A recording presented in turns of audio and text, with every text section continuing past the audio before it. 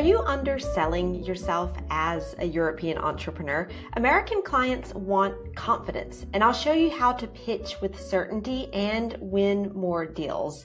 If you've ever wondered why your pitch isn't resonating with American clients, I want to give you some insights.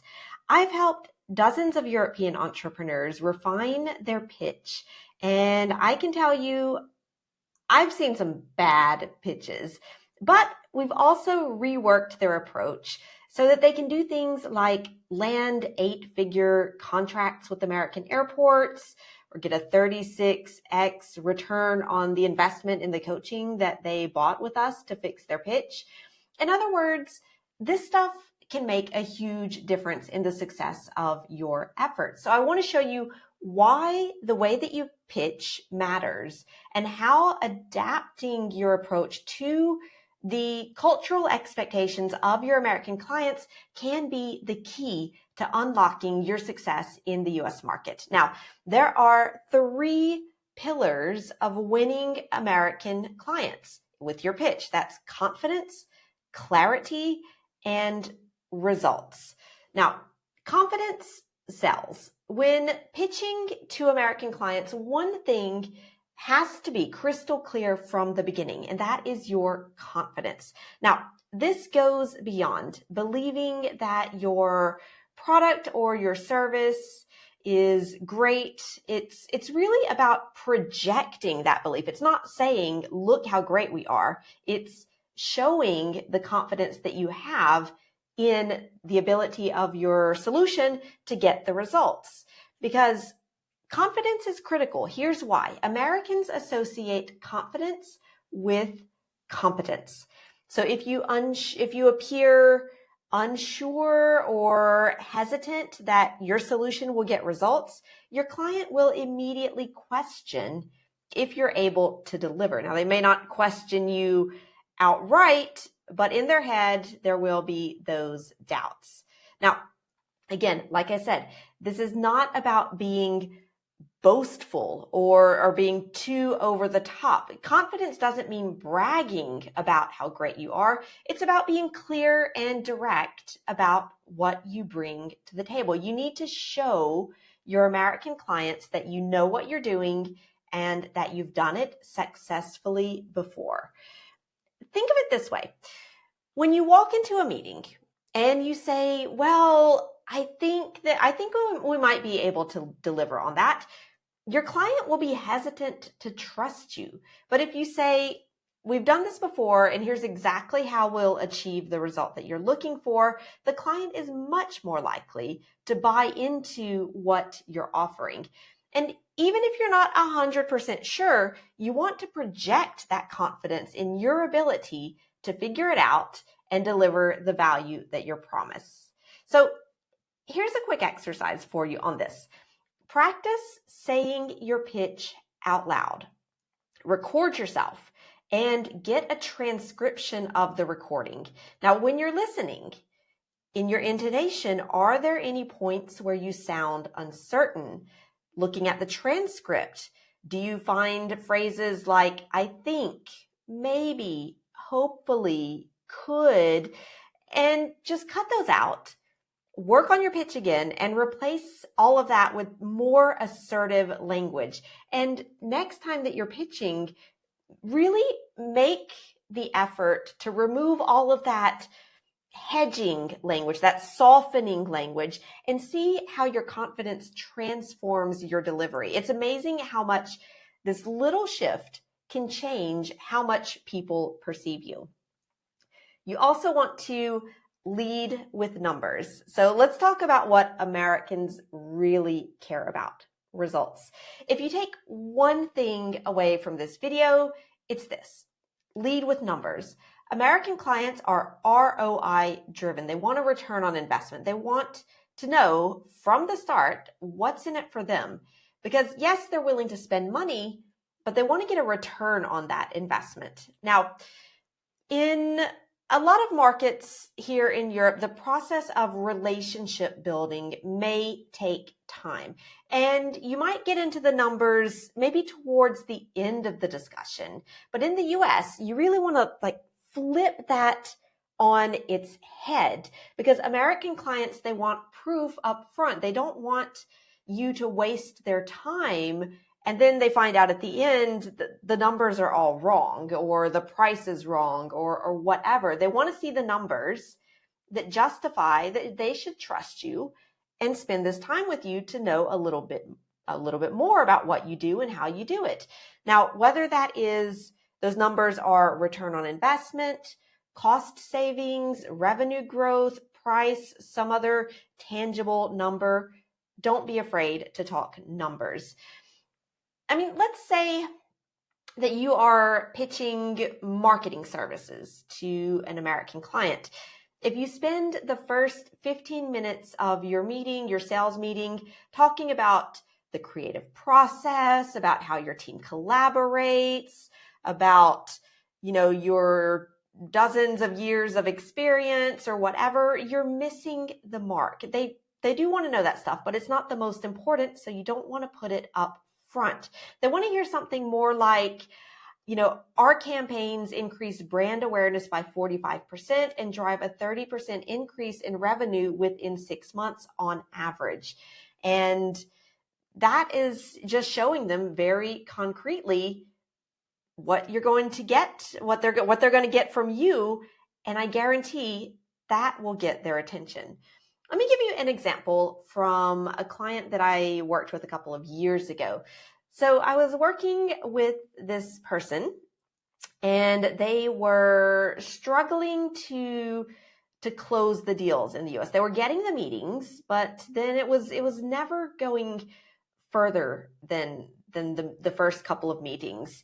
And so we sat down and we did a role play. I said, all right, I'm your client.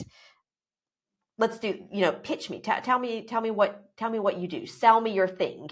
And we ended up really completely reworking their pitch so that instead of talking about the features, the services, all of that, we focused on the numbers right up front. And they started leading their pitch with something like, before our clients were spending an average of $500K per month on operating expenses.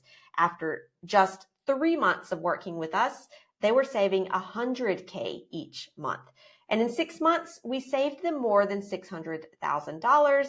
And this process has worked for 24 companies in 24 different industries. So I'm confident that we can get you similar results. Would you like to know how? And guess what? Just changing that structure, how they led into their pitch, that actually led to, and I'm not making this number up, a 50% increase in further appointments to discuss details of signing contracts. So the takeaway from that is show your numbers up front, because they'll be much more likely to listen to what you have to say later. So here's a little tip that you can take action on right now.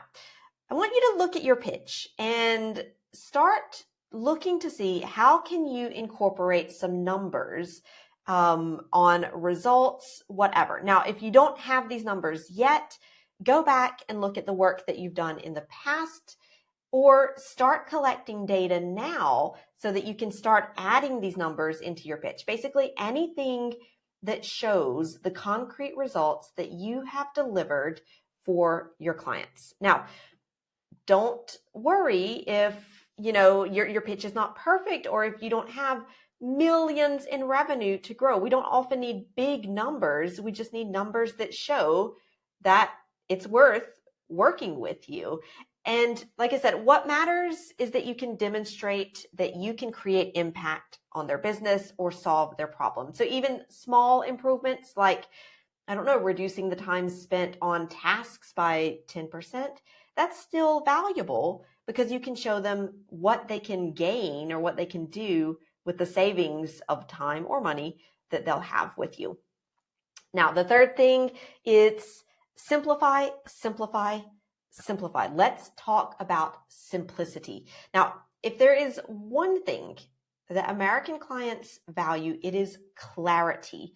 They want to know in the simplest terms, what is the problem that you solve and how do you solve it? And when pitching to US clients, very often less is more. Now, This is perhaps one of the biggest areas where I've seen European entrepreneurs fall into a trap. You've got this amazing product or service. You want to showcase every feature, every benefit, every little detail of how you created it and maybe the technology that goes into it and how it's innovative and all of this stuff. But for American clients, and honestly, I think perhaps for a lot of just clients in general, too much information is overwhelming and it can cause them to lose interest fast. So I'll share a personal story with you to illustrate this point. So I was at a tech trade show and I come up to a guy on his booth and I say, hey, I'm just curious, tell me what you do. And after this long explanation of, I don't even know, like embedded systems, blockchain, I'm just throwing all sorts of jargon out there. I'll be honest, I was totally lost. I had no idea what they did or what purpose it served. But I said, all right, I'm going to keep digging and I want to see how long it takes me to actually understand what this company does. And after about 15 minutes, I finally figured out that they made curtains that generate electricity using micro solar panels. So, imagine if the guy had led his description with something like, we make solar powered curtains that can save you 20% on your electricity bill and make your living room prettier. Now that is something that grabs my attention. I probably would have said, show me your catalog. I want to see these curtains because I want to put them in my living room. But in the end, I was just like, all right, finally, I get it. And he was like, yeah, I know it's complex. And I was like, it's not that it's complex. It's just, we need to work on your pitch. So here's a simple rule that I tell my clients. Imagine you are explaining your product or your service like you are talking to a 7-year-old. Now, if a 7-year-old can understand what you do, you're on the right track. I mean, American clients, they don't have the time or honestly a lot of the patience to listen to the jargon, the layers of complexity. They just want to know how you're going to help them, why it matters to them, and to know that as fast as possible. So if you are pitching to an American client, you can try this exercise. Take your pitch as it is today and really reduce it to the bare essentials and use the simplest language possible. I mean, heck, use ChatGPT to help you with this. Put your pitch in and say, can you rewrite this at the English level of a 7-year-old child and see what it comes up with. And then you can work on that and focus on one solution or one part of your service or your product and try to explain that. Try to get comfortable explaining that as simply as possible. Because, for example, instead of saying something like, we leverage cutting edge AI technology to optimize workflows. I think I've seen that on a website somewhere. Try saying, we automate your admin tasks to help you get your work done faster and more efficiently. It's even better if you can put some numbers in that promise. And I guarantee you, clarity wins every time. So just to recap, when you are pitching to your American clients, it's all about confidence, results, and simplicity. Show that you believe in your offer and back it up, support it with numbers, and keep it all just simple and straightforward. And these little shifts will make a huge difference in how your pitch is received. So if you have found these tips helpful and you are ready to start closing more deals in the US market or winning over with your pitch, I want to invite you to come and join me in my next Transatlantic Entrepreneur Workshop, where we will dive even deeper into how to refine your pitch, position your value, and win over those American clients. So the link to save your spot is in the notes below this episode. And like I said, we're going to take your business across the Atlantic, help you become the go-to reference in your industry for your American clients. And I just want to say to you, thank you for making it to the end of this episode. Final words, I just want to say, be bold, stand out, and together let's show the world what you're all about.